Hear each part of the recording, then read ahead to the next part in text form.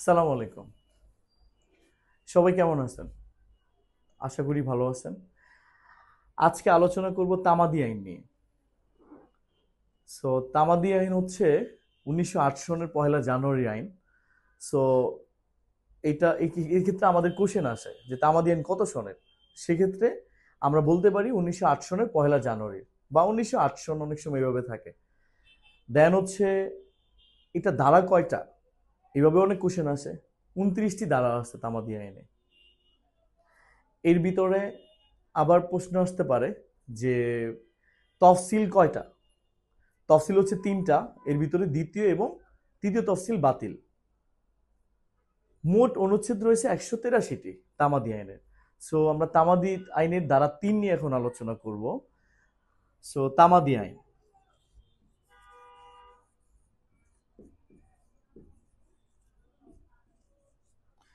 তামাদি আইন যেখানে একটু আগে বললাম ধারা হচ্ছে মোট ধারা,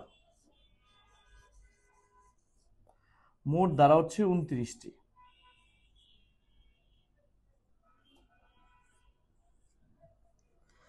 এরপর হচ্ছে তফসিল কয়টা, মোট তফসিল হচ্ছে 3টি।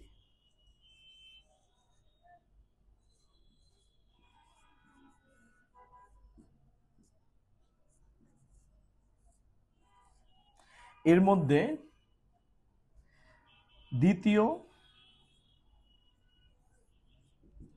এবং তৃতীয় তফসিল বাদ। এর ভিতরে অনুচ্ছেদ রয়েছে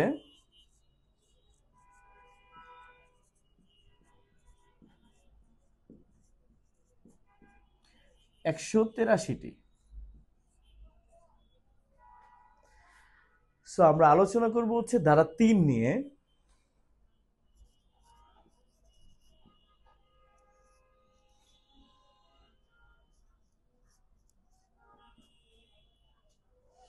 সো ধারা 3-এ কি বলা আছে, যদি কোনো মূল মামলা, আপিল আর হচ্ছে দরখাস্ত বা আবেদনপত্র নির্দিষ্ট সময়ের ভিতরে যদি না করা হয়, সেক্ষেত্রে আদালত তা খারিজ করে দিবে। এক কথা আমরা বলতে পারি, মূল মামলা, আপিল আর হচ্ছে দরখাস্ত, এই তিনটাতে যদি আমরা নির্দিষ্ট সময়ের ভিতরে মামলা না করা হয়, তাহলে আদালত যে কোনো সময় আদালত খারিজ করে দেবে। এক্ষেত্রে আরেকটা পয়েন্ট আছে, যদি সেক্ষেত্রে বিবাদী সে যদি কোনো প্রশ্ন উত্থাপন না করে বা এটা নিয়ে কথা না বলে, তাও আদালত খারিজ করে দিবে। সো আমরা দেখতে পারি ধারা 3-এ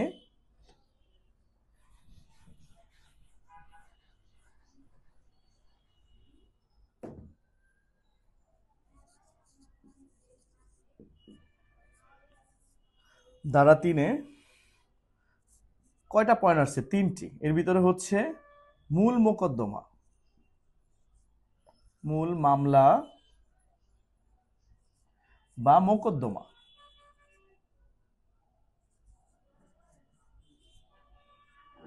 মূল মামলা বা মোকদ্দমা। দ্বিতীয়ত হচ্ছে আপিল, তৃতীয় হচ্ছে আবেদনপত্র, আবেদনপত্র বা দরখাস্ত।